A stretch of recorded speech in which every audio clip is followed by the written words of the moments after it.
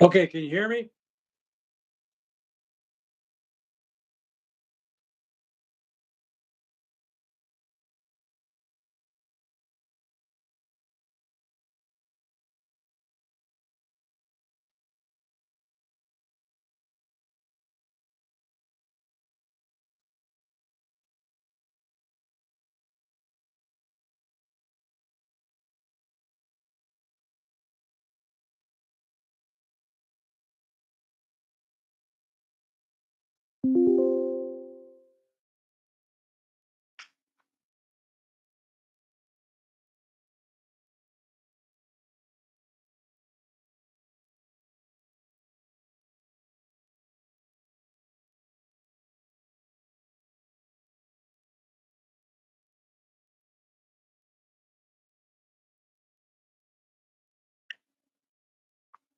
Okay, man, it's 9 o'clock. Are you ready?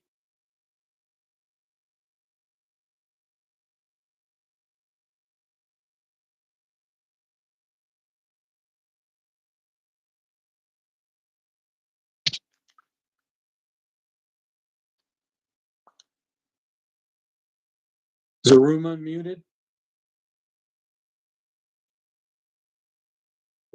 Yes, yes, yes. Okay, there's an echo. Is the recording started?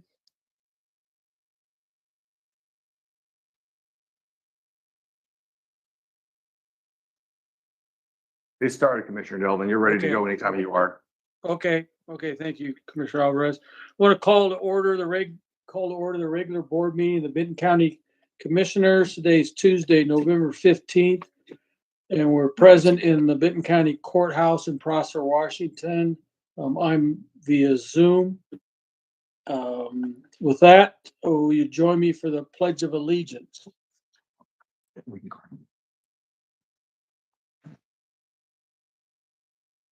I pledge allegiance to the flag To the flag of the United of the States of United- America and to the republic for which it stands, one nation, One under God, indivisible, with liberty and justice for all. Ooh, that was painful standing up. Okay. Have a motion to approve the minutes of November 4th, please. Commissioner Delvin, I do want to make one correction. This is the meeting for Tuesday, November 18th, 2025. And I will make a motion as well to approve the meeting minutes for November 4th, 2025. Second. Okay, my agenda's wrong that I brought up on my. Okay, we have a motion and a second. All those in favor say aye. Aye. Motion passes. I know I was told, Commissioner Alvarez, you want to add something to other business? Yes, we have the Benton Franklin Health District here. I asked them if they would come, and they're in full attendance right now to do a presentation and some questions in reference to some information they have as far as cost that they would like to potentially do or do for the district. Okay, great. With that, then we'll open for public comments. Amanda, could you play the recording? The purpose of the public comment period is to give the audience an opportunity to provide comments to commissioners regarding agenda items or other topics. It is an official on-the-record communication geared toward giving information and opinions to consider in the decision-making process. While the commissioners welcome hearing from you, please note that the public comment period is not an opportunity for dialogue with commissioners or for posing questions with the expectation of an immediate answer. Many questions require an opportunity for information gathering and deliberation. For this reason, the commissioners will accept comments, but will not directly respond to comments, questions, or concerns raised during the public comment period. Audience members who wish to speak should raise your hand to be called upon by the chairman, or virtual participants use the raise hand feature. Come to the podium, or virtual participants unmute your microphone when called upon. State your name and address for the record. And after speaking, write your name and address on the record sheet.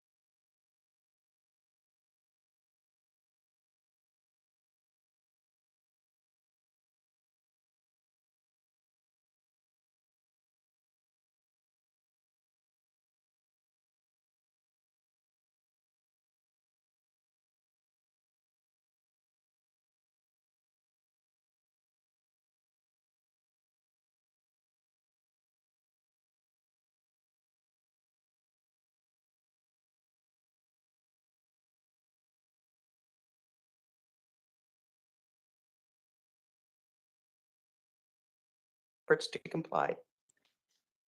The reality that the immediate enforcement would result in homelessness, contrary to the spirit of Benton County housing policies. I urge Benton County to consider common sense flexibility for landowners who are actively working towards compliance. Housing challenges are growing and policies should reflect practical solutions for residents striving to meet those requirements. Thank you. Thank you.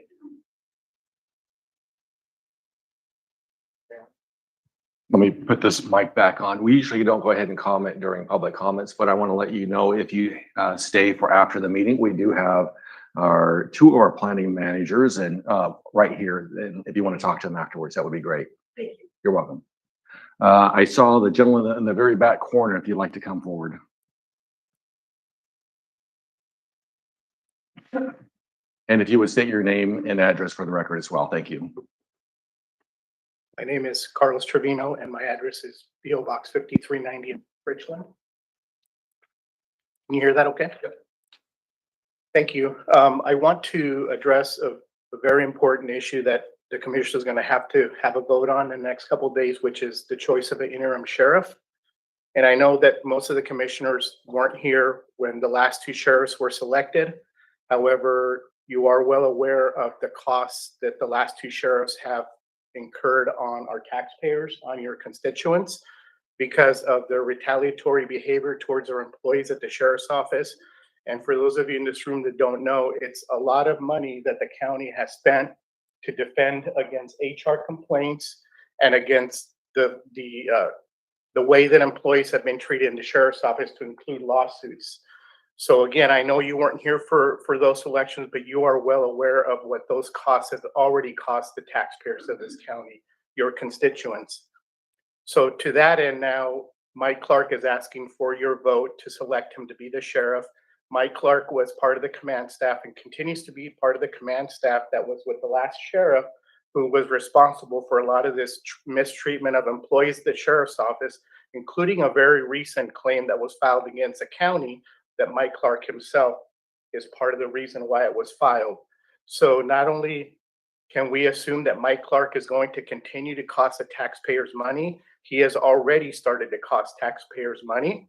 And so I just want to read just real quick for each of you, when you ran for election, some of the things that you said that you would be responsible for when you asked your constituents to place their trust in you to be fiscally responsible with all of our taxpayer money. I'm assuming everybody in this room is a taxpayer, including yourselves. So Commissioner Delvin, you said that part of your core responsibility for someone elected to this office is to be responsible with taxpayers' dollars and provide for the safety of the public, and that your priority will be supporting county services vital to the citizens through a balanced and sustainable budget. Commissioner Alvarez, you said, I am the only candidate that has the education and extensive financial and business experience needed to help ensure that your taxpayer money is being used the best possible way. I have a proven record of saving taxpayers thousands of dollars in taxes annually. Commissioner McKay, you said that as a business owner and a longtime Benton County resident, you offer change to your constituents by prioritizing economic prosperity, safety, and transparency.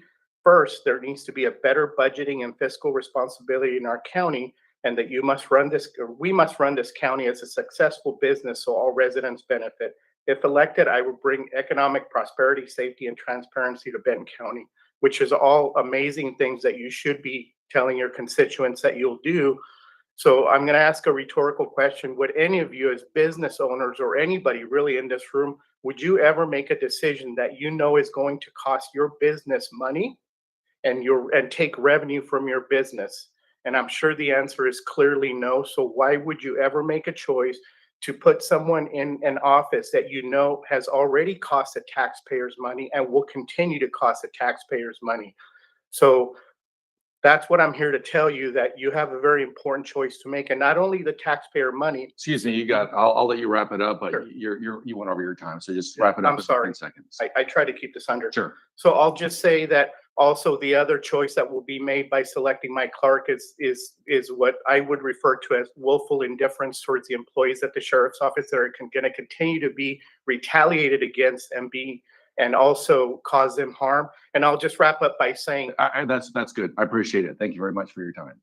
I'll let you go well over the 3 minutes, but I appreciate your time. Okay, We thank got to follow the rules for everybody. I have to be equal on that. Okay, thank you. Thank you. All right, anybody else here in Prosser? Not seeing any. Let's go to Kennewick. Anybody in Kennewick? I don't see anybody on there. How about online? I do see, Any hands? Jim Atkins. Mr. Atkins, are you online? Okay. I'm here. I'm here. If you Can you just- hear me? Yes, if you just state your name and address for the Yeah. record, please. Thank you. Jim Atkins, Prosser, Washington. I see there's going to be some updates to the webpage. And I would just ask, as I've asked before, that some things are pretty hard to find. If they could maybe any meetings that are going to be held during the week or month, that maybe there's a list of that. Also, just some way to make everything a lot easier to find. You can't find resolutions. And then my next thing is, over the years, I've had some communication with board members and observations and stuff. And with the recent events, I would just ask that Will McKay resign. That's all I have. All right, thank you. Anybody else online? All right, we will go ahead and close out public comments, and the time is 9:13, and we're moving on. Commissioner Delman, do you want to go ahead and take it from here?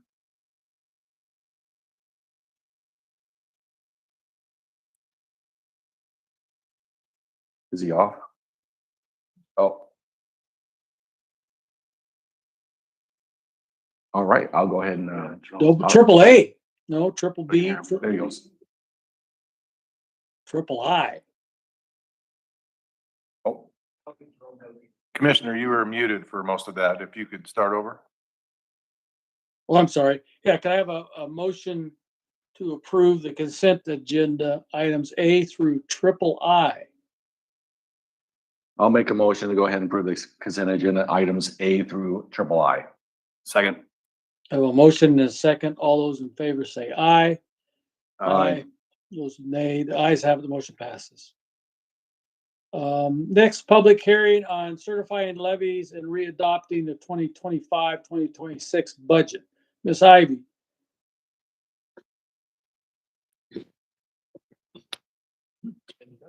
I know.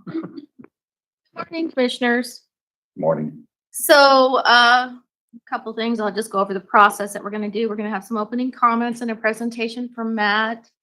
Then I generally tell you a little bit about all the resolutions, and then we open the public hearing, and then we vote on each of the resolutions separately. So with that said, I'll let Jared and Matt start out with a PowerPoint presentation. Got it. Got it. There we go. So, yeah, thank you, gentlemen. So when we bring forward the budget adoption and the certification of levies, we like to go through a little bit of a presentation to make sure everyone understands, as well as we can make them understand the levy process here at the county. And so I have also in the crowd Danielle Hayes from the assessor's office. Their office is a big part of that. So if you have questions related to their work, she's here to answer those questions. So first thing I wanted to highlight for the board to see is the tax property or the property tax distribution. And so we get a lot of comments about how high taxes are, how they keep increasing. And it's always good to highlight that the county's portion of what people pay in property tax is actually pretty small. If you're in the unincorporated area, we're about 13% for the general tax, and then another 16% for the roads. You can see by the two large blue areas that the bulk of the taxes actually go to state and local schools. So they are the ones that are driving up a lot of the cost of the property tax values. And the same kind of holds true in the incorporated areas. You can see the county is about 14% there. The cities, because you don't pay a road district tax if you live in the incorporated areas, the cities are about 19%. But then again, the state and local schools make up over 60% of your property taxes if you live in the incorporated areas. So good information for people to see there when they're looking at their tax statement. Let's see, it didn't start the slideshow. That's what I'm trying to do. There it goes. So, and then I'd like to talk to the commissioners a little bit about the breakdown of the revenues. So this one is specifically for the general fund. So that's the fund that pays for most of the county operations. Primarily, a lot of that money goes to the criminal justice system. But it's good to highlight where we get our funding from. And so you can see here by the chart, just under 30% of our general fund comes from property taxes. And so it's our biggest revenue source for general fund operations, followed by charges for goods and services. So those are things that we charge other permits and things like that, bill to outside agencies for the jail, for public defense, for district court. We do all of those services for our local cities and they pay their share. So that's a big revenue source for us. And then the sales and use taxes are the third largest revenue source we have. So you can see again, we rely pretty heavily on the property taxes to support our general fund budget, which is different than say the cities who are a little more sales tax driven than we are. So, Right. So throw something in there on Matt's presentation is within the general fund, 65 to 70% of the general fund goes for law and order. public, yeah. So we're talking the courts, the sheriff's office, the jail, those kind of things. That's where most of the funding goes for that. So.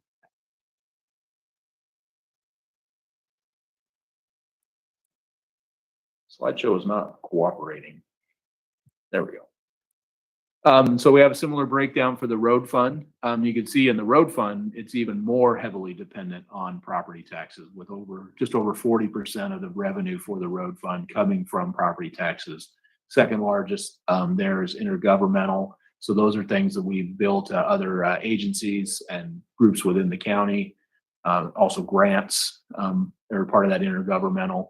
So we get a lot of funding from state and federal grants for the road department. And then our third largest is motor vehicle fuel tax. And you can, as you probably heard in the news, that is continuing to decline with the higher gas prices. People are driving less, higher fuel efficient vehicles. They're spending less on gas. Electric vehicles are taking away from people who used to buy gas. So we've seen a pretty steady decline in the revenue we receive from the motor vehicle fuel tax. So something to keep in mind as we're talking about these levies and moving forward. Update. Don't know why it's not updating. Robert, is it frozen? It's updated on my screen and not updating there.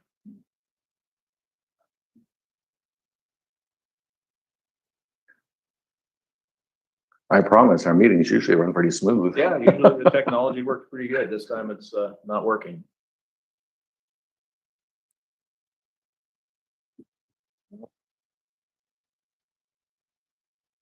Robert, what can I do here? Because it's not moving.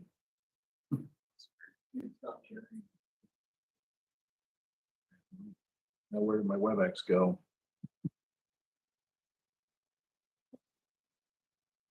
feel like it is. So I feel like this is a IT error. I'm glad it happened on his section, not my section. Yeah, it kicked me off too. And then now it says I just logged back in. It says Matt is starting to share content. Like something happened with WebEx. Well, it's not. There we go. Kicked me out of the meeting is what it did. Oh. It is because I'm not wearing a suit today. I just got back late from the airport late last night. Was it? Yeah. Apologize. Oh, that was right. Oh, that, yes. See what it does now. Now it got back in there. There we go. Perfect.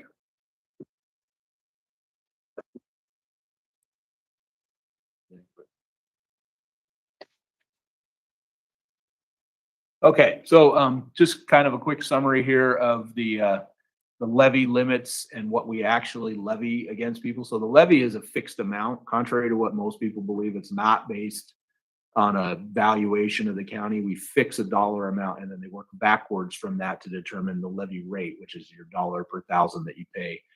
So In 2025, our highest lawful levy was just short of $30 million. You can see there on the screen, but we only levied about 28.5 million. So the difference between those numbers is what we call our banked capacity. So that's amount that we could levy as taxes, but choose not to. And so you have a similar situation in the road fund, a $9 million maximum and about a $7.8 million actual.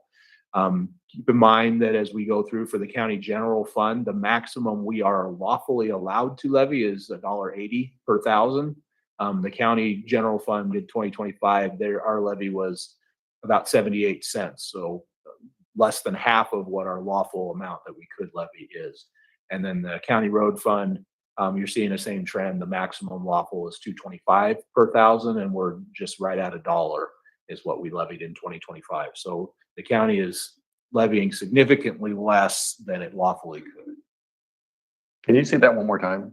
We're levying significantly less than we lawfully could. So It's very important for people to know that. Very important. Yeah. Now it's acting up again.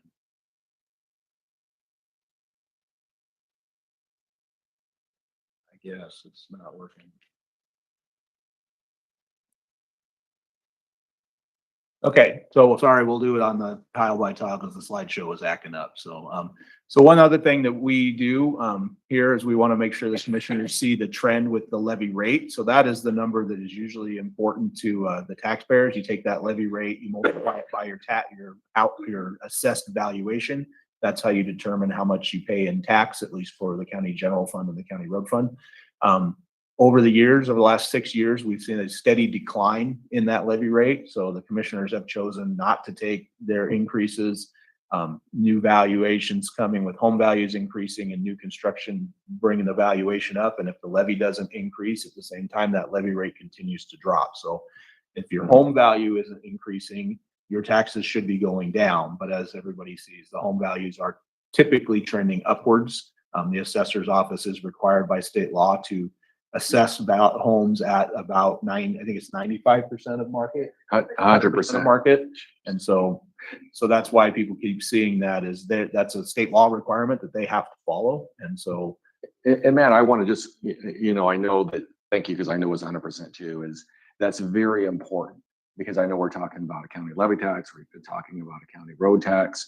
But once again, when it comes down to the actual, when you're looking at your property tax, a good portion of your property tax is Olympia or the capital of the state is requiring the assessor's office to assess at 100% of your value, whatever that is. And then based off that, we have no control on that whatsoever. I know there's a very complicated, I've seen that calculation that the assessor is required to go ahead and do. And based off that calculation, based off the assessed value, that's how we come up and derive a property tax percentage or amount. Is that correct? Would you come to the point? Because you're here, might as well use you. I will say that we are at 95%. So by law, we are supposed to be at 100, but we don't know what the values are doing. We're working a year behind. So we are currently at 95% of market. Perfect. Thank you for letting everybody know that, because I think there was a catch up that you guys had to go ahead and do. You only have so many appraisers to assess and do corrections. And I know it's a very difficult job. But I want to let people know that it's not the county actually raising the tax. It's what we're required to by the state and that calculation the state has provided the assessor to do. What we do have leverage on or able to go ahead and adjust is the county levy tax and the county road tax. Yep. Either add into that or hold it and hold it flat. Correct. Okay.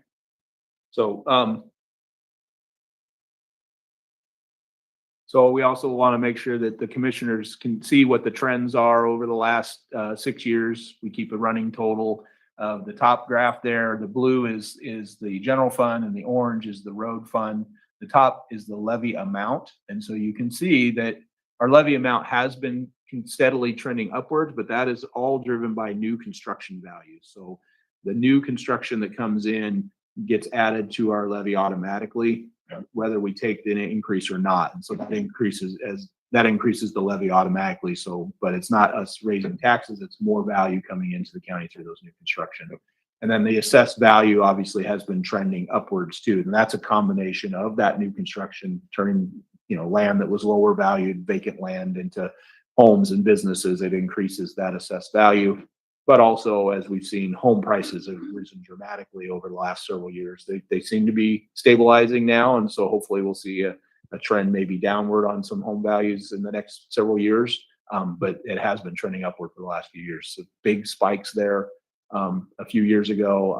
Over the last 2 years, it hasn't been jumping that much. So, And I think part of that too is and please correct me if I'm wrong, lots have got so expensive, development has got so expensive, cost of materials have got expensive, but really the dirt is very expensive. Yeah. And so you see builders trying to go ahead and build with the cost of construction and the lot. And they're looking at where they pencil out where they can actually make money on those. And that tends to be higher priced homes. But I'm seeing that trend starting to drop back down, as you just said. starting to see that happen. But it will take some time for us to readjust. It takes a few years to Yep. recorrect that usually. Yeah, and one thing to add to that too, though, I got a friend in Idaho where I grew up, does the same thing I do down there. Okay, he's building a house for 225, $250 a square foot. With our energy code that's required by the state to where if we don't follow it, it increases it to like 350 or $400 a square foot sometimes. Significantly. And where I'm like, dude, I get it. Building a house, doing interior spray foam, that helps out with, which only costs like $6,000 or $1,000 maybe. Yep. But with their energy code, what they require us to do in construction and houses, it doesn't pay for itself. So that's what's kind of tough is why, again, that's what's frustrating with, your taxes going up because of the costs is because of the state requirements. When Yeah. I think we're number 2 or 3 in one of the toughest states to build in because of the energy code, where we're a lot worse than Idaho. Yeah. So that's what makes it tough. But again, I'm glad that we're talking about it to where it's not on us. We don't want to raise taxes. It's because the state is making us to where if we don't, we get in trouble, right? Yep. Yeah. Yeah. And that comes through audits. Even the assessor gets an audit where they're looking at seeing how you guys are assessing and they're telling you you're at 95 or they're pushing you to 100. That goes through audits as well. So as the board consider, we had some direction from the board earlier that they did not want to consider the 1%, but we do like to just present some information on what that looks like, just so everybody knows what would happen. So even if we did take the maximum allowable 1% increase, we would still have a lower levy rate this year in 2026 than we did in 2025. So it would still trend downwards. Obviously, if you don't take it, it trends downwards even more. So estimated rates there, and then again, these are just estimates. Those rates are actually calculated by the assessor's office once they certify the final assessed values, and we certify the levy. So we just do our best to estimate. They'll typically go out to 7 or 8 digits. When I estimate, I'll round it off to 3 because I don't want to be that wrong. So, so yeah, you can see the two differences there. Without the increase, we'd have a levy rate of about 77 cents even. And if we did take the 1%, it would be just under 78 cents. So it doesn't make a tremendous difference, but it is an increase. And so taking the 1% increase, it adds about $5 per year to a median home. And so we put a median home at around 450,000. So if we were to take that, there would be a $5 increase to people with a $450,000 home. Obviously, the higher you are, the more the increase is. The lower you are, the lower it is. And just so we all know, people tend to think that generates a tremendous amount of revenue for the county. The 1% increase only results in the general fund of about $285,000 in new revenue. So it's not like it's millions of dollars a year in new taxes. It's that much. That's much revenue is what we could expect from it. Same sheet for the road fund. Same deal there. If we took the 1%, it would still be lower in 2026 than it is in 2025. You can see the two numbers there, about 98 cents without it, and about just under $1 with the increase if we kept it. Again, the same thing holds true on our calculations for a median home. This would be another $5. So if you did both of them, it would be 10. If you did one or the other, it would be 5. Or if you did neither, it's no increase. And then in the road fund, again, it's not a lot of money. It's about $78,500 a year. And so just so the commissioners are aware of what the 1% could do if we elected to take it. So, Matt, I'm gonna interrupt you one more time. I think this is significant for the county. We worked super hard on our biennial budget. I mean, every department, whether it was a coroner or the sheriff's office or the clerk's office, treasurer's office, assessor's office, prosecuting attorneys or PA's office. And when I was coming in through the airport all day yesterday till late last night, I was looking at a story about the city of Pasco looking at increasing taxes. They're going to have a discussion in the city of Kennewick about potentially increasing taxes. And I've talked to several county commissioners. I know Wasac, we're both on Wasac, and we talked to different commissioners throughout the state. And to me, for us, we've worked hard. We had a balanced budget. We didn't reduce services. If anything, we've increased services. I'm very proud of the county and all the staff are doing that. And what we're talking about still at this point in time when everybody's having those challenges, and we may have those challenges because we did some magic last year. We reallocated and consolidated debt, but that's only goes so far. But for us, and I'm going to read the recommendation here in a second when you're done, for us not to take those, we at the county have worked hard, and that's pretty amazing that we're able to do that and the staff behind it to get that done, to save taxpayers tax dollars and still provide the services without layoffs is pretty amazing. Yeah, we work very hard to maintain steady stream. So, but yeah, so I just have a quick summary here and then happy to answer any questions. So as we've seen, the levy rates continue to go down. That's primarily driven by increasing home values and new construction. We are seeing home values staying pretty steady, maybe slowly increasing, but I think the trend is going to change here over the next few years, and we're going to see some of those drop back down. So that'll have an effect on our levy rates. New construction continues to do well in our area, and so we're happy to see that. There's some large new developments coming in. The Lewis and Clark Ranch is one, and so those will be beneficial to helping maintain those levy rates. Sales tax, we do a really good job of budgeting sales tax, and we've seen it come in just a little over what we expect, which is where we like to be. We don't want to leave a bunch on the table, but we also don't want to say we're going to get a whole bunch of sales tax that doesn't materialize. That would be a really bad situation. And so we are seeing that stay steady for now. But as you're watching things at the federal level and what's going on, we're unsure how long that will trend down or trend the way it is. And I expect that we'll probably see an economic downturn a little bit here over the next few years, and sales tax revenues may drop. I think we're probably good with what we budgeted for 2026. And we'll be relooking at it for 27, 28. And then fuel tax, as we talked about, we continue to see that one decline significantly. And so unless there's a change at the state level with how they pay for roads, they're talking about the roads usage charge, that we're going to see that continue to go downward. And since the road department is so reliant on property tax and fuel tax as two of its major funding sources, if we want to maintain the same level of service that we do, we're going to have to look at how to add new revenue. And so our recommendation may be different in the coming years on whether or not we need to increase that road levy. We are seeing, just so the commissioners know, we're having to cut back on our chip seal program. We used to do it on a rotation every 7 years and get all the roads in the county done, and now that's not financially viable for us. So we're going to pull back on certain roads that maybe can go a little longer and push that out to 10 or 15 years, trying to make sure that we can continue to keep the roads in great shape. Benton County is very fortunate. We do have a pretty good road system, and our guys do a great job of maintaining it. We want to continue that, but we are facing financial realities that the cost of labor and oil and the rock has just gotten so high that we have to cut back. It's very expensive. So any questions?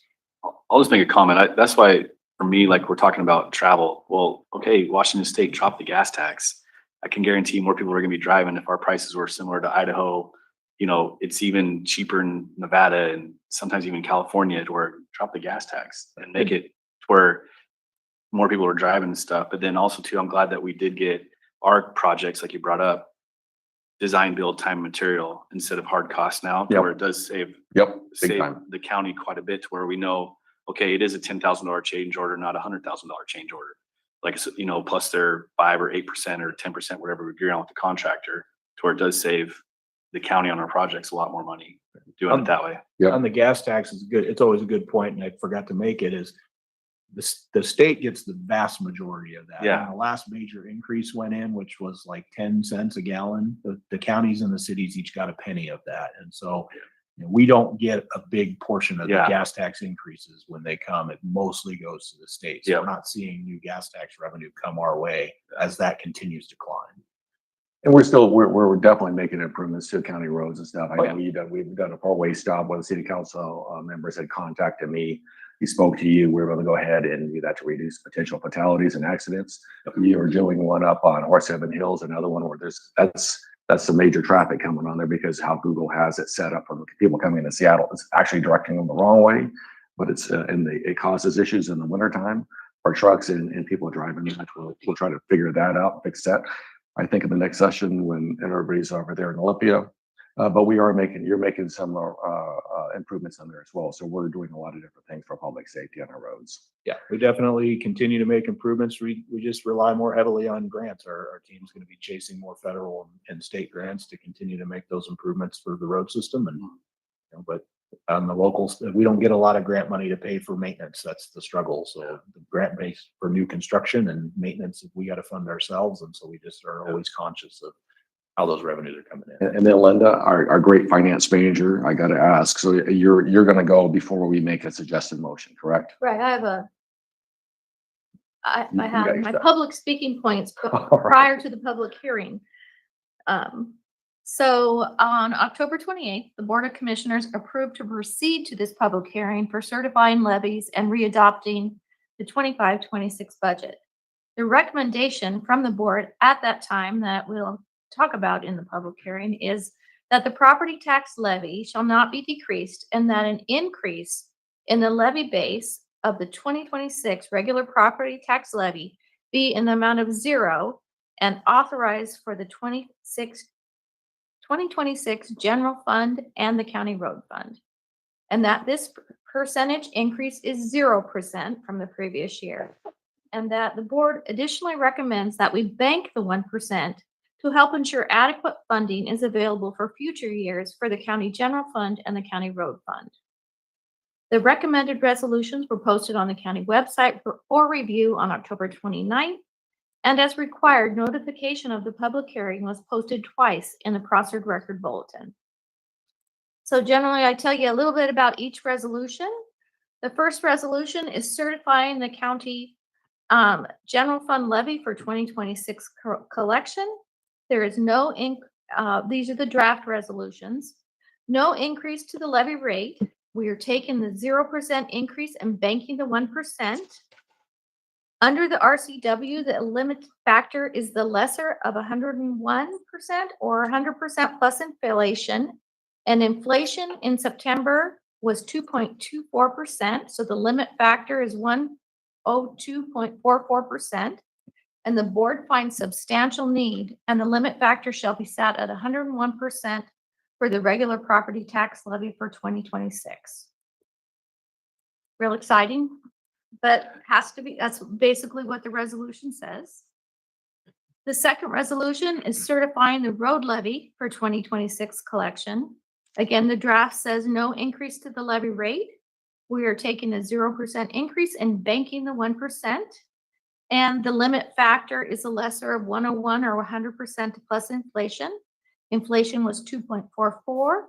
And the board finds substantial need and the limit factor shall be set at 101% for the regular property tax levy for 2026.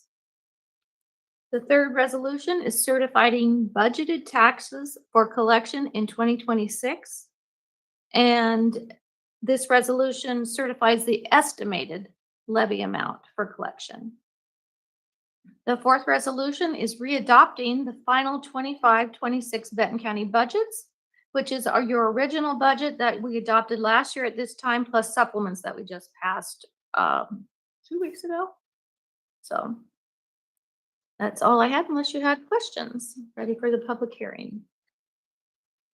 What about the Chick-fil-A levy? We'll add Not it possible. Dang it. next time. No, once again, I think everybody, all staff have worked hard. Linda, you've done an amazing job. I know we're going to have a challenge for the next biannual is no baloney on that part, but we will be able to make it work and we'll work through it. And I have faith that we can go ahead and do that. For sure. And, Commissioner, Chair Delvin. Yeah, with that, I'll open up the public hearing on the floor, resolution for the public to talk. Anyone wishing to come forward to talk about the or resolution or the 25-26 budget? Do you see anyone there in Prosser? No hands are raised in Prosser. I don't see anyone in Kennewick. How about on WebEx, Commissioner Alvarez? I'm not seeing anybody, any hands raised either. And the Okay. IT department's saying no too, so no hands Okay, raised. so I'll ask again, if anyone in Prosser, anyone in Kennewick, or anyone online, please raise your hand if you want to give comments or to the Board of Commissioners. Yeah. Still not seeing any hands Not- raised online. okay, thank you. And not Not in hearing or seeing, I'll close the public hearing. With that, you guys have motions for the resolutions, I do. okay? So I'll make the, and Linda, you stole my thunder on that a little bit. I was gonna read portion of what you just said. Oh, since my part was so exciting. So I'll move to approve, the certifying of the county general levy for 2026 collection as presented. Second. You have a motion and a second. All those in favor say aye. Aye. Aye. Motion passes. Next one, I move to approve the certifying the county road levy for 2026 collection as presented. Second. I have a motion and a second. All those in favor say aye. Aye. Aye. No I move to opposed. approve the The cer- motion passes. I move to approve the certifying budget taxes for 2026 collection as presented. Second. I have a motion and a second. All those in favor say aye. Aye. The motion passes. And the last one, And please. And last but not least, I move to readopt the final 2025-2026 Benton County budgets as presented. Second. I have a motion and a second. All those in favor say aye. Aye. Aye. The motion passes. Okay. Thank you, Thank you. staff. Thank you. Appreciate that. Next, under public hearing, we'll move on to sub 2025-001 preliminary plat of Cottonwood Run. Closed hearing though. Greg? All right, good morning, Commissioners. I'm bringing forward a recommendation from the Planning Commission this morning for application SUB 2025-01. It's for Cottonwood Run preliminary plat. The applicant's Ira Hickman. He's requesting to subdivide approximately 19.78 acres into 12 residential lots. The development is zoned Rural Lands 1 with an average lot size of 1.43 acres. The lots are proposed to be served by a new public road, potable water through a Group A system, and individual on-site septics. The proposal also includes the relocation of an existing drainage easement that runs through the property. The site is located in the Badger Canyon area, directly east of Cache Loop and south of Abigail Place. On November 4th, at the conclusion of the open record hearing, the Planning Commission voted 4-0 to forward a positive recommendation to the Board of Commissioners, subject to 7 findings and 19 conditions. And as Commissioner Delvin mentioned, this is a closed record hearing. And so there's no new testimony outside the bounds of what was previously discussed at the Planning Commission hearing. And if you have any questions, I'm happy to answer them. I'm good. I'm good as well. Thanks, Greg. Thank you. Okay, with that, again, a closed hearing, so nothing new can be added to the record. So with that, no questions at all? None. Okay. Have a motion then? I do have a motion. I move that the Board of Commissioners adopt the Planning Commission's recommendation, findings of fact and conditions as the board's own and approve the preliminary plat of Cotton Run sub 2025-001, including the relocation of an existing drainage easement with the 7 findings of fact and 19 conditions of approval and recommended by the Planning Commission. Second. Have a motion and a second. All those in favor say aye. Aye. Aye. Those opposed, nay. The ayes have, the motion passes. Thank you, Greg, and you're up Thank- next on the scheduled business. First Amendment. To the Okay, on October 21st, I brought forward an amendment to our VSP contract with the Washington State Conservation Commission to add $40,000 to help us identify, develop, and fund capital projects for the VSP program. Once again, this is a pass-through grant with with the commission. And our next step, which I'm bringing forward today, is to amend the interagency agreement with the Benton Conservation District to increase the cost of work in that agreement by $40,000. The Conservation District will work with the VSP work group to evaluate various proposal projects and get this money out to our agricultural community. I'm happy to answer any questions regarding the amendment, if you have any. Any questions? No, I think it's actually, yeah, I agree with this. You got the motion. Okay. Second. Yes, I didn't lie. Yeah. I'm ready. I'll go ahead and make Okay, the go motion. I ahead. move. All right, perfect. I move to authorize the chairman or chairman pro tem to sign the First Amendment to the 2025-2027 interagency agreement between Benton County and the Benton County Conservation District, which adds $40,000 to be used to fund the VSP capital funding projects. Second. Have a motion and a second. All those in favor say aye. Aye. Aye. No opposed, the motion passes. Thanks, Greg. Thank you. Thanks, Craig. Move on next to the Washington State Office of Public Defense Grant funding, Mr. Johnson. Good morning, Commissioners. Thank you for this opportunity to address you. We have worked with the state's Office of Public Defense on this grant application.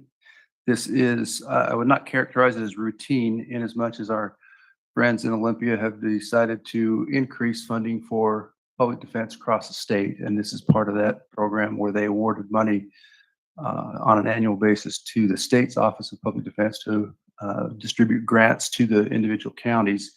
We have received in the neighborhood of about $185,000 per year over the past few years. So this is a substantial increase for Benton County. This grant would award us $365,433.16. We would receive that as early as January, presuming that the board approves this receipt of this grant today.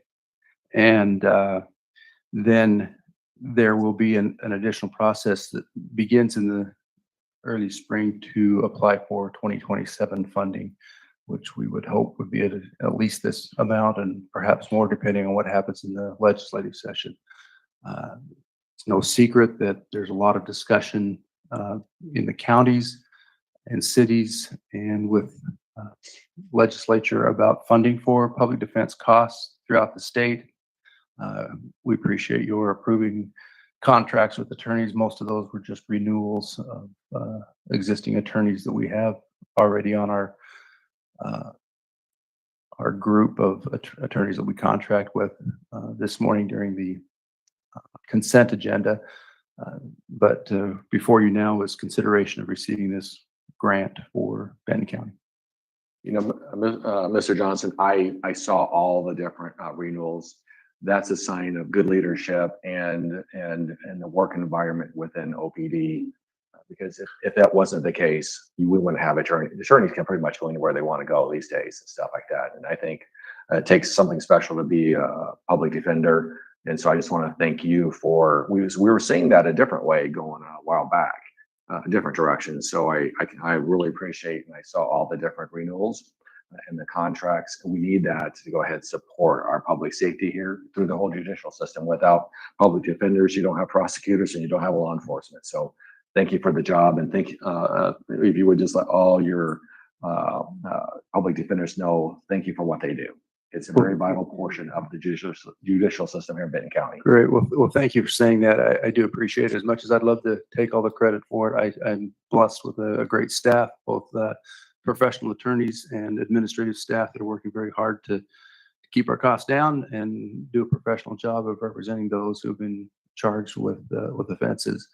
I would also let the board know that we've had a good relationship with our counterparts in the prosecutor's office. Appreciate Mr. Issinger's efforts to address the backlog of cases that were existing when I took this responsibility, and we've been able to whittle that down pretty well, and appreciate the relationship we have with the other elected officials in Benton County.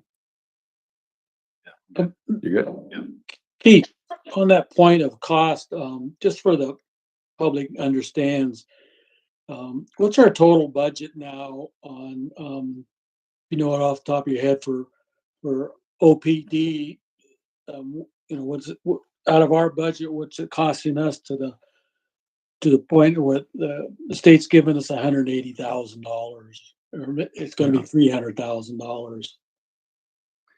Yeah, this is a situation where every dollar helps. In the big picture, 380 or 366,000, 365,000 is not a material amount to the budget. We have a budget of over $14 million total expenditure wise. And there are some additional grants that we are pursuing or have pursued that are much smaller in nature, but this is substantial and helpful to us.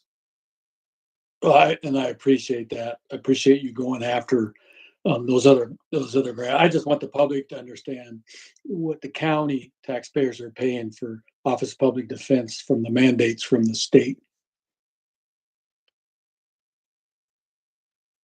And then last but not least, one more thing on that, Commissioner Delvin, is this is going to be the challenging portion depending on how the state continues with OPD and how it drives down to all the counties within the state. That's going to be our biggest challenge right now. I know that Linda, and we're going to talk probably a lot about that as we go along with you, because that is the big question mark. Where does this go? How big does it go? How big does our OPD office have to be? Do we have to build a new building to house all the individual attorneys? That's very critical to each county within the state of how we're going to move forward on this. But as you know, with grants, and I know publicly, we had someone talk about grants and how it didn't really affect one office. It was in the general fund, and you know now how I feel about grants. I think we should claw every grant that we can get back to help the taxpayers here in Benton County. So thank you for doing this. And then Commissioner Delman, whenever you're ready for me to go ahead and make a motion, I'll be glad to do that. I'm ready. I move to approve the Washington State Office of Public Defense Grant Funding Agreement, number IAA 26003, in the amount of $365,433.16, and authorize the Public Defense Director to sign the agreement on behalf of Benton County Board of Commissioners. Second. I have a motion and a second. All those in favor say aye. Aye. Aye. Those opposed, nay. The ayes have it. The motion passes. Thanks. Thank you. Thank you, gentlemen. Thank you, Thank Keith. you. Next, approving a 5-year website hosting, new website design proposal. We have Robert and Alex. The IT gurus leadership here. Thank you, commissioners. So back in April of 25 or 24, excuse me, the Department of Justice passed a rule that sets technical standards for state and local agencies to become ADA compliant. That's the American Act of Disabilities. And with that, we tasked our current website provider to propose an update to the county's website to make it compliant. And they proposed a $68,000 project. And we felt that we should probably do some due diligence to make sure the taxpayers' money is being spent wisely. So we decided to work with several county departments and offices to review the current site and to review other hosting solutions out there. So with that project, I did invite departments, PA, OPD, HR commissioners, juvenile to kind of be involved in this process. We looked at Municipal One, which is our current vendor, Civic Plus, and Revise for website hosting and upgrade. The overall consensus after all the demos was that Revise was a recommended vendor for hosting. Once they decided that, I reached out to City of Olympia, who uses Revise, They had nothing but good things to say about them, as far as from the implementation to customization.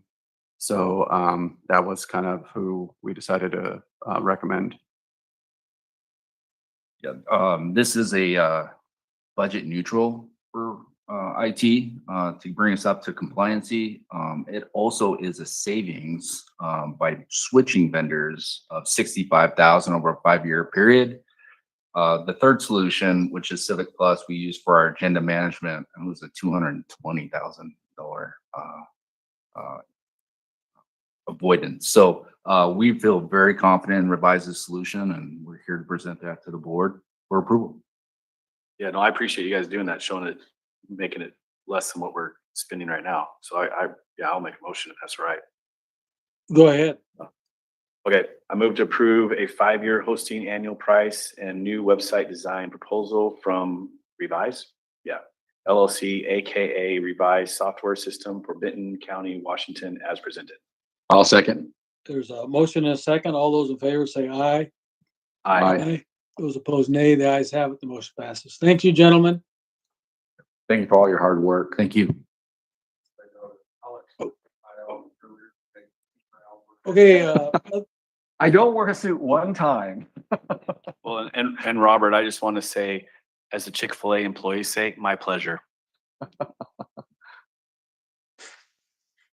okay.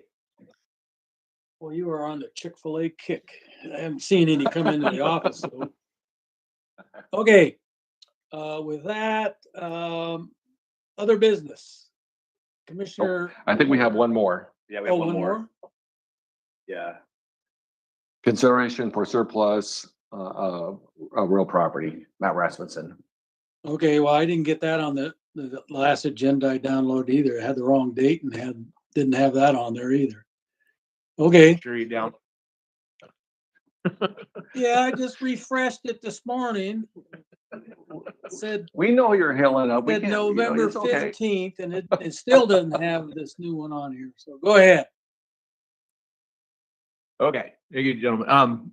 As the board will recall, a couple of weeks ago, we declared the property here across the street from us, where the old WSU branch office was situated. And building's been vacant for several years. We declared that surplus and authorized it to be listed for sale. We've worked with Redder and Company to list that, and they've received 4 offers on the property, all above our minimum asking price of $125,000. We've made a recommendation, or they've made a recommendation to us to accept the offer from M4 Holdings at $138,000. It has no conditions on the sale. There's no contingency, no waiting for financing. It's a cash offer. And so that's higher than we would have expected, and the offer looks good. So staff is recommending that we accept that offer and move forward with closing the sale. Part of the resolution you have before you also authorizes the Deputy County Administrator, me, to execute all the closing documents. So that just expedites the process. There's a lot of paperwork that has to be signed. So rather than bring everything back to the board, that's a lot easier. We can just get all that signed and taken care of. You mean it's just not one page and buyers and sellers sign that stuff? I mean, anymore, you just click a whole bunch. Well, just make sure you bring the check back after signing everything. You're the one who usually picks up the check, so.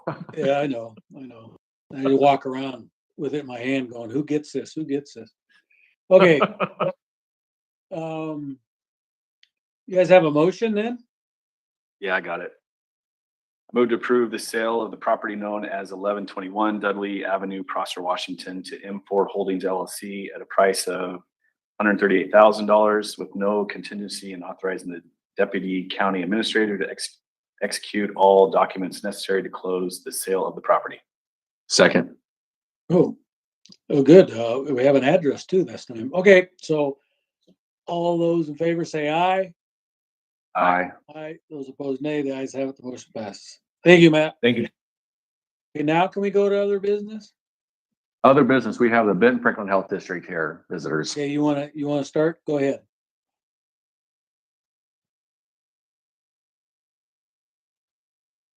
If one of you gentlemen want to grab another chair, you're welcome to do that, or want to come. Okay, perfect. It's tall enough. Well, I'm gonna actually let my team do the presenting here, but I just wanted to comment real quick. We were in the peanut gallery back there. And it's nice to have the pressure off of us and watch you guys go through this, but I just want to make a couple comments. My hat's off to Matt and your guys' team on the Columbia Valley Center for Recovery. It's incredible. And when I was watching what you guys were doing to conserve the budget, your downward trends, to know what you have pulled off for our bi-county community in the era of budget constraints and reductions is incredible. So thank you to you guys. And also thank you for giving us this opportunity to come and talk today. IT's got some information prepared. I'm going to give you guys some handouts here just a minute, but we appreciate the opportunity to collaborate and work together on this. Thank you. Go ahead, team. My name's Eric Elstagan. I'm the Senior Business Systems Manager at the Board of Health, or at the Benton Health District. And it's my pleasure to be here today. So I want to thank the commissioners for the invitation to speak at today's County Commissioners meeting. With me today, you've already talked with Janae Parent. She's the District Administrator for BFHD. And then to my right is Kyle Phillips, who is the Finance Manager for the Health District.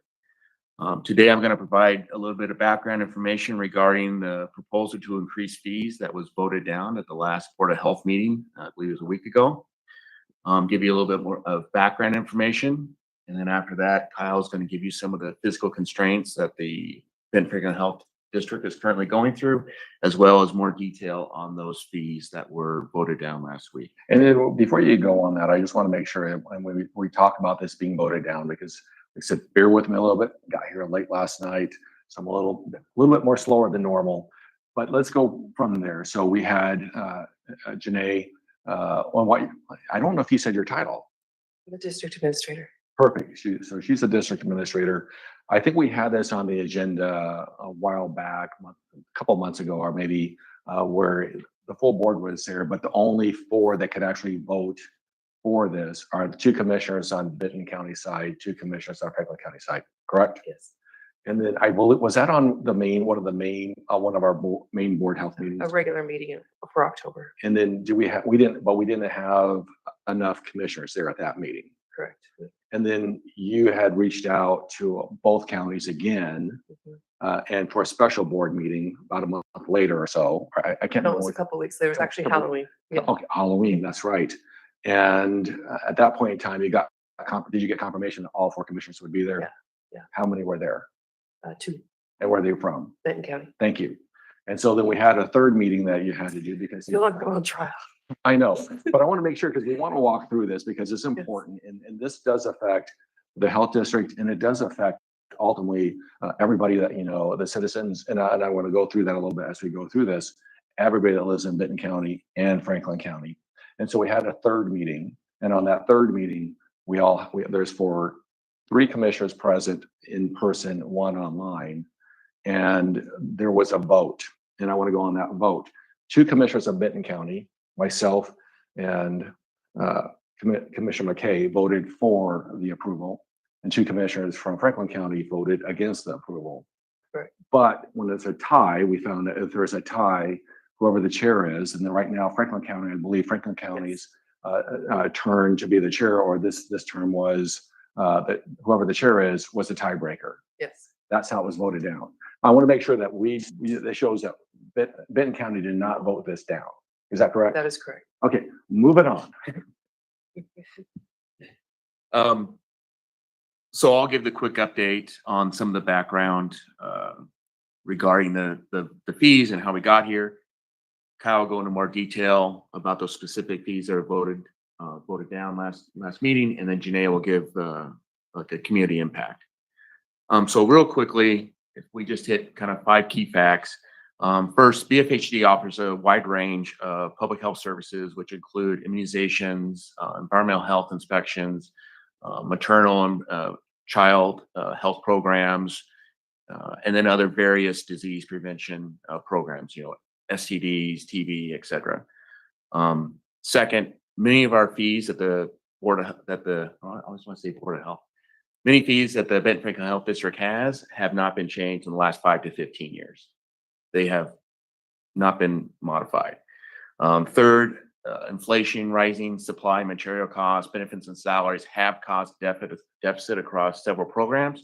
One of those programs was one of the fees we wanted to increase was for pools. So our goal and per statute, the RCW, we can't make money off our fees. We can't charge more than the services cost us. So whenever we increase a fee, the goal is to get us back to a net zero. That's always our goal. Fourth, regarding clinic services specifically, BFHD does charge private insurance carriers and Medicaid to carriers whenever possible. And this helps sustain our clinical programs. And then by BFHD providing the services, it does ease the burden across the entire healthcare system of Benton and Franklin counties. People can get services from us instead of going to the emergency departments and clogging up facilities that are already overrun. Perfect. I'm going to interject again.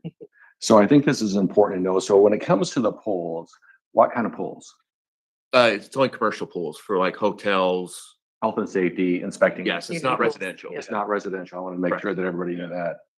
And then two, when it comes down to some of the other ones you talked about, Medicaid, I always get those confused. Medicaid, Medicare, I'm not at that age yet, but I'm getting there.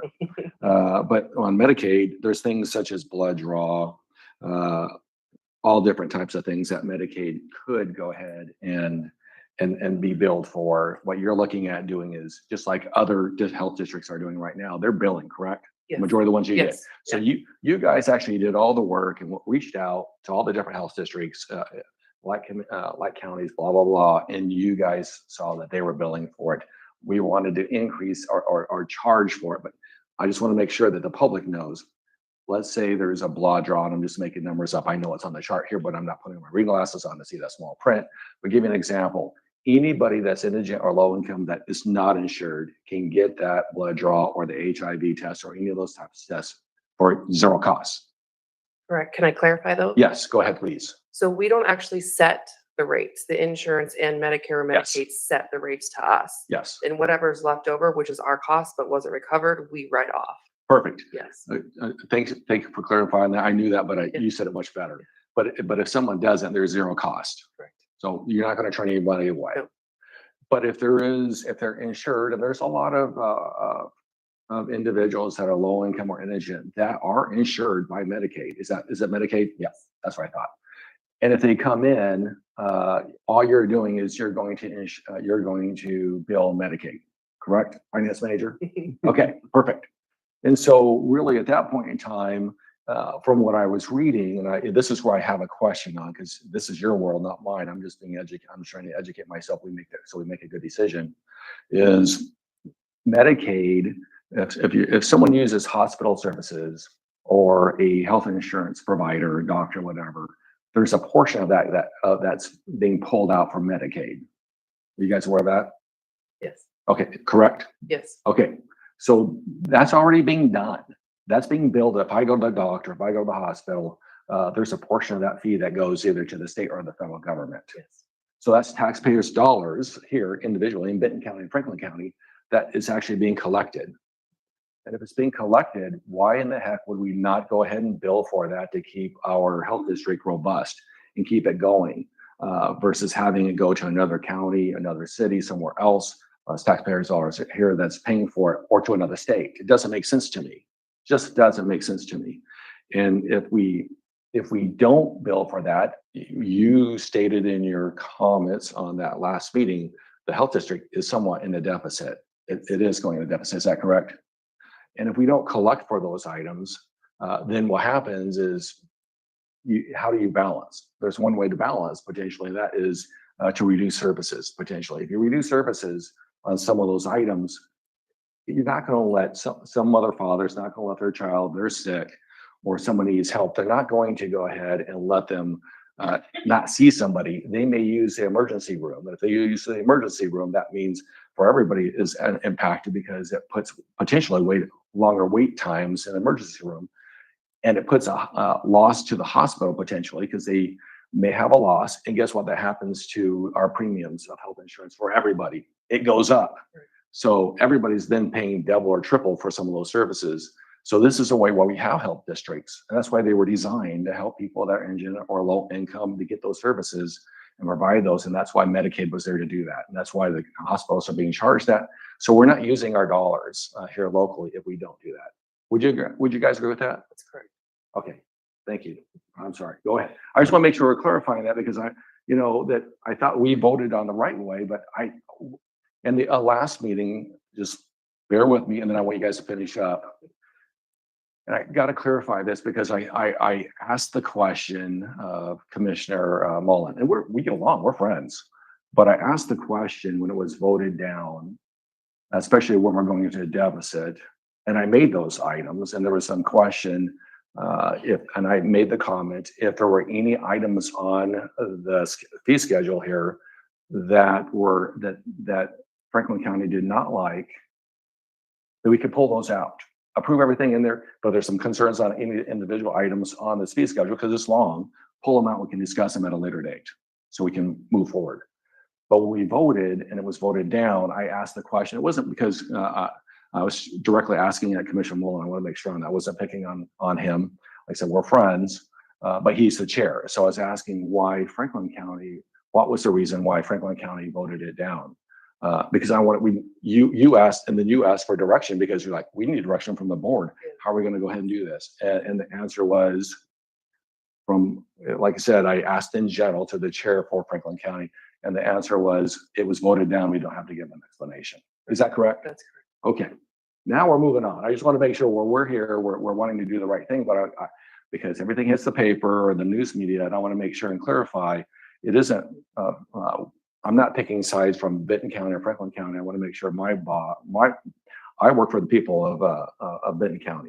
I think all three of us do. We work very hard on this. We're doing the right things on the fiscal responsibility side, but I want to make sure if we can benefit everybody in Benton County and Franklin County, we got to have some answers to fix this. Yeah. And so that's why you guys here, and that's why I requested you guys if you guys would be willing to come so that we could air this out and potentially get it fixed. Because my concern is if we don't, you're going to continue to go in a deficit if we don't fix this and start collecting for that when it's taxpayers' money here to do those and provide those services. Services going to be cut, and then ultimately what happens is what you guys will end up doing is the counties both pay for services and help pay to fund the operation of the health district. And if it goes in a deficit, you're going to request potentially more money from the counties. Is that correct? Yes. That's what makes me nervous too, because that's the unknown. What's All going of to that's happen. not our only solution. We're working on other tools. I understand, but that's one possibility where it's actually going to raise it. That would be, then we're paying for it almost maybe 2 to 3 times. We can just resolve it here. Yeah. Okay, thank you. Now I'm good. And I think one fact to mention too, I believe the fees getting voted down was unprecedented, right? I don't think we've ever had that before. Yeah. And I think one of the reasons why is, as I stated earlier, I believe my second point is a lot of our fees haven't been raised in 5 to 15 years. So we're just doing this when we really need to raise a fee to try and get closer to net zero than we currently are because we're running in the red on a specific program. Yeah, there's a reason. Yeah, and it's FTEs or full-time employees. It's going to affect that, which reduces the services if there's somebody there to do it. Okay. So really quickly, the last point I wanted to comment on was what gives the Board of Health, the statutory authority to create this fee schedule and for licenses or permits. And that is RCW 70.05.060 Appendix 7, which essentially grants the Board of Health that authority.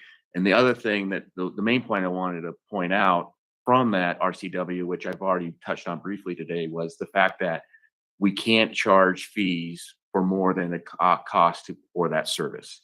So our goal is always to be net zero or borderline net zero, but we're not going for a profit on any of these services that we provide the community. So after that quick little background, that discussion, I'd like to pass it off to Kyle Phillips, our finance manager, and he can discuss in more detail the fiscal challenges we're currently facing in Franklin Health District, as well as the fees. Yeah, so some of the current challenges that the Benton Franklin Health District is facing in this 2026 budget cycle is some of the rising operational costs. We've seen our salaries and benefits take a huge increase. As you guys know, you approved our union's contract for an increase in COLA. And then some of our other operational costs, like our insurance, has more than doubled in the last 3 years. So we have lots of different costs that have just keep going up.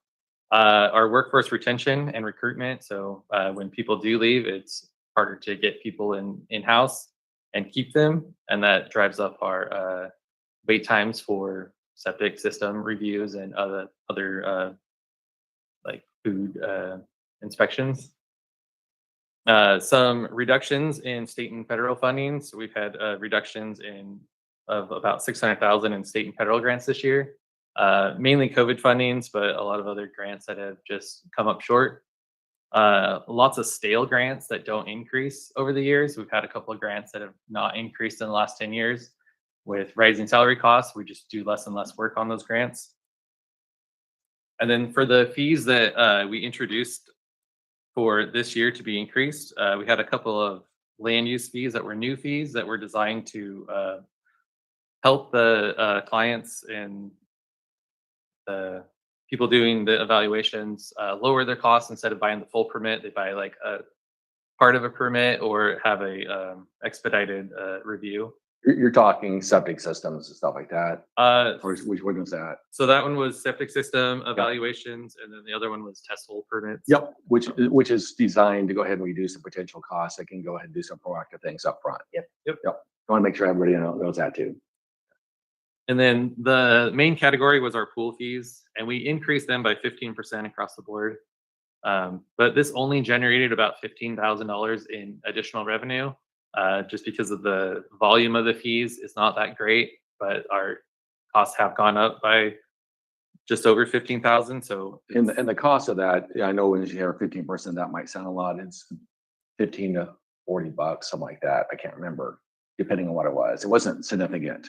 yeah, so our main pool fee for operating a swimming pool for 6 to 12 months, it went from 500 to 575.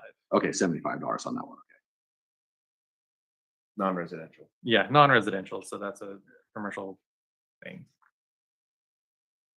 Some of our clinical services, we put the fees on our fee schedule just to be transparent of what we're charging. Again, these are set by Medicaid rates.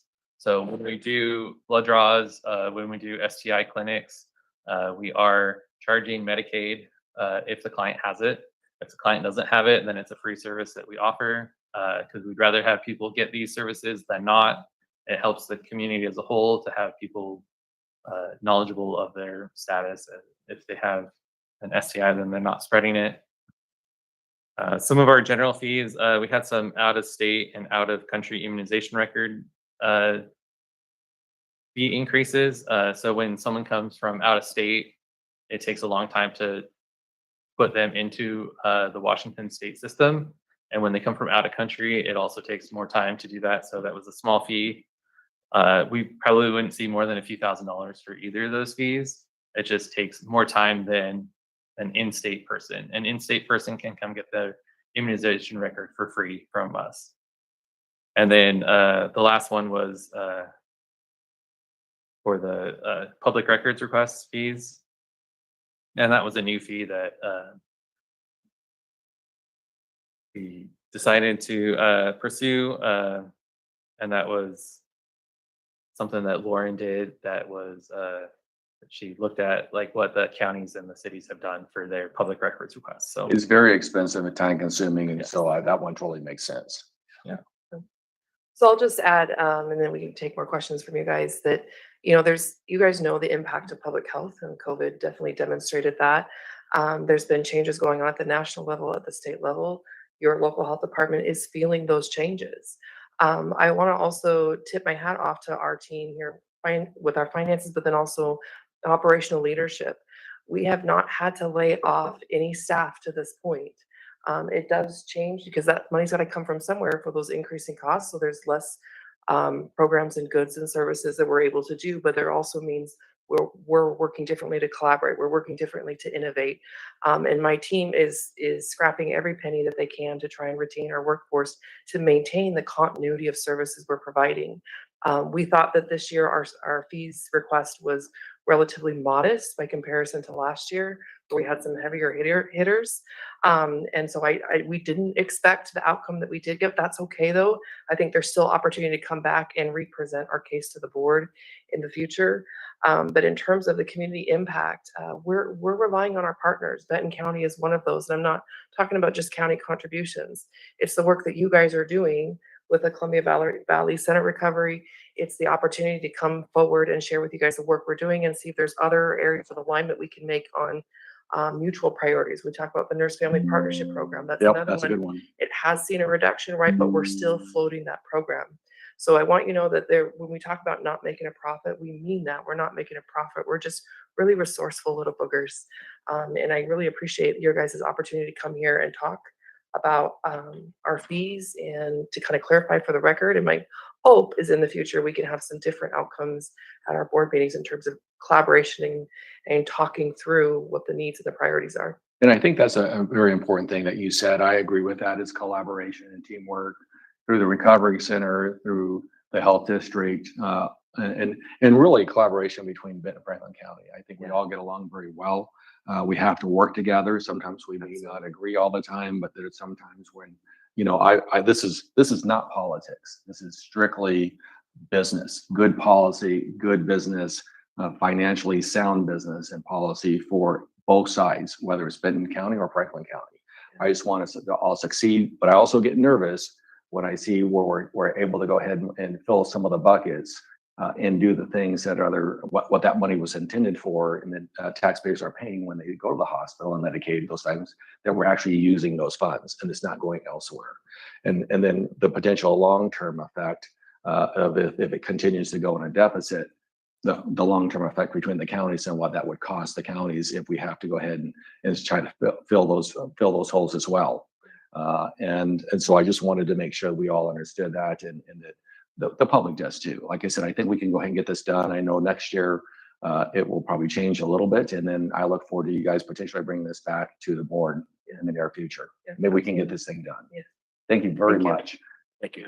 Yeah, and just real quick too, I hope we can stay together, Benton Franklin Health District, not Benton Health District or Franklin Health District, because it'll be cheaper if we can all, stay together as the counties and stuff. So I appreciate your presentation. Yeah, I hope so. That was my big thing there, because this affects a ton of people, and this is a trickle down effect. It affects everybody that lives in both counties. I don't want to see services cut. My concern is not only on the financial side, but if it was to split and we have a Benton County Health District, which we would not absorb it, you guys would do your thing still. But what services would be cut? I feel we could sustain it all here in Benton County, but I don't know. And so to me, I don't want that effect to happen to, from everybody from that needs the services to everybody that our hospital or our insurance premiums go up. We're all trying to work together in collaboration to get it done. And I'm not going to let that happen. I already decided. We're going to work hard on it. We're going to work hard to make it work. Hey, Janae, too, our last board meeting was during Halloween week. Yeah. With it being so scary, can we do it the week before Halloween next time? Yeah, and you want Chick-fil-A with that? It was really scary. I was freaked out. To see a Marine in a Navy Top Gun uniform was pretty scary. You're going to give me a hard time. So I dressed up as Top Gun for a Halloween. She gave me a hard time as once a Marine, always a Marine. I know. A lot of people give me a hard time about that. What's Top Gun? Oh, Eric, we're going to talk. Thank you, guys. Thanks. Okay, hey, I appreciate that thoughtful discussion, commissioners, and I thank you for your work on that health board. Moving on to Commissioner McKay, anything for other business? No, I'm good. About administration, anything? Nothing from administration. Hey, you're cutting me off. Well, you already had your time. Do you have something else? Do you have something else, Commissioner Alvarez? Yes, real quick. I knew you were going to give me a hard time waiting for it. So we had some public speakers. I know they talked about 3 commissioners, but I can tell you one thing. We're going to ask the right questions when for all 3 candidates when those come forward. I think that's on Thursday on a special board meeting. I look forward to that. I will not be pressured on how I make my decision only based off the answers that they provide to the questions that we are given to them. And when it comes down to someone coming in here talking about our pledges, it was funny. I just saw this week. And it was happened to be in the Tri-State Herald, I think I saw that, where it says three things that I said I would do, and one was public safety check, one was a balanced budget check. I can't remember what the third one is, but I'm gonna know it was a check. So once again, we will do the right thing when it comes to the sheriff's side of the house when that comes down on Thursday.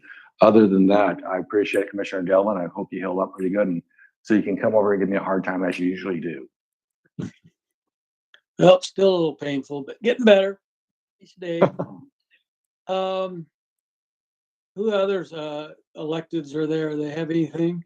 I can't see. No, they're all sleeping, so we're Yeah, good. they're shaking their heads back Yeah. there. Okay, No. okay. With now, we have a, public, no, executive session. Yeah. Yep. How long, Carly? 5 Carly, minutes? Okay, yes. What's that? Said 5 Carly, minutes. 5 minutes? Okay, Yeah. will you guys just call me my cell phone? Yep. Okay. Sounds good. So we're We'll be we're at going- ease. For executive session for the qualifications of applicant for public employment, 5 minutes, and it's now 10:27.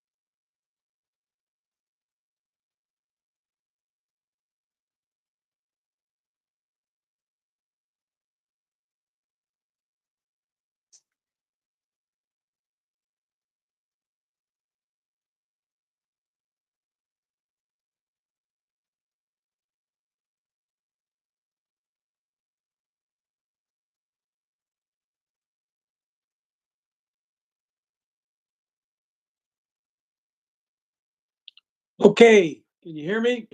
We're recording.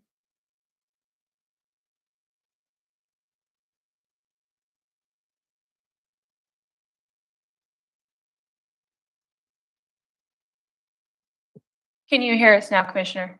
Yes, I can hear you now. Okay. Okay, it's 10:32. We're out of executive sessions. No decisions were made. Is there a motion, gentlemen?